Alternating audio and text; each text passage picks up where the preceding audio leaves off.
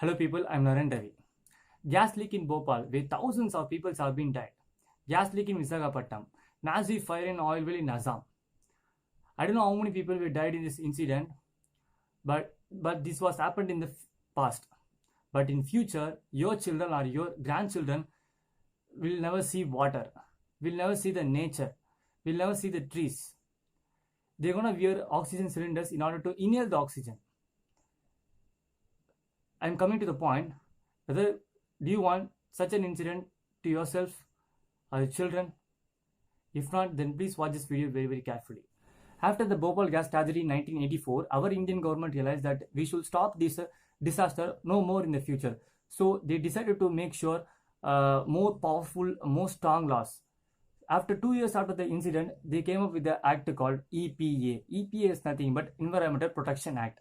This act is absolutely for protecting our environment. Under this act, a new process came that is nothing but EIA. EIA is nothing but Environmental Impact Assessment. I'll give you some brief overview about the EIA.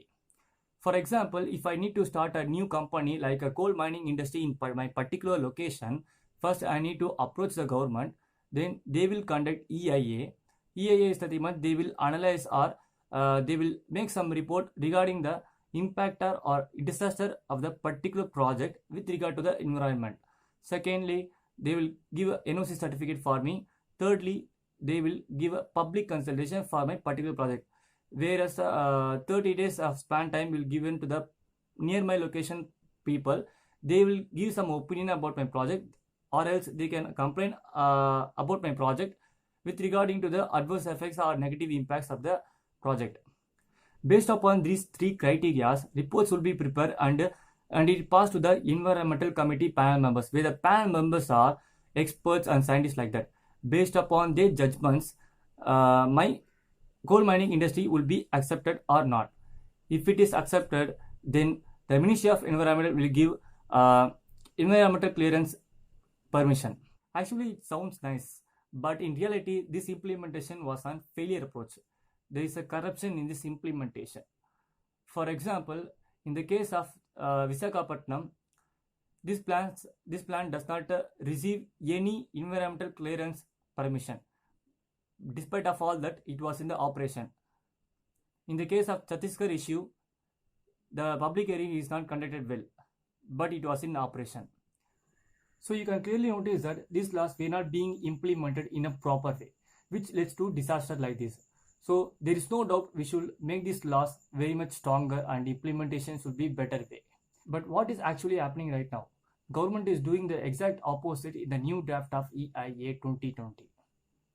Instead of making the laws stronger, it makes it weaker. EIA 2020.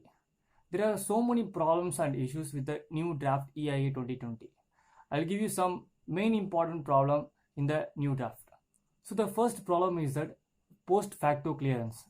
For example, if I'm going to start a coal mining industry in a particular location without any environmental clearance, that is not an issue. If I'm going to start a real estate construction in a particular place without any environmental clearance, that is not an issue. We can get the environmental clearance later by the government. Time for public hearing has been reduced from 30 to 20 days. Already 30 days is insufficient for people to say some opinion about the particular projects near the locations. They have been reduced from 30 to 20 days. So guys, August 11 is the last date to raise the voice against the government. So please share maximum. Save India. Jai Hind.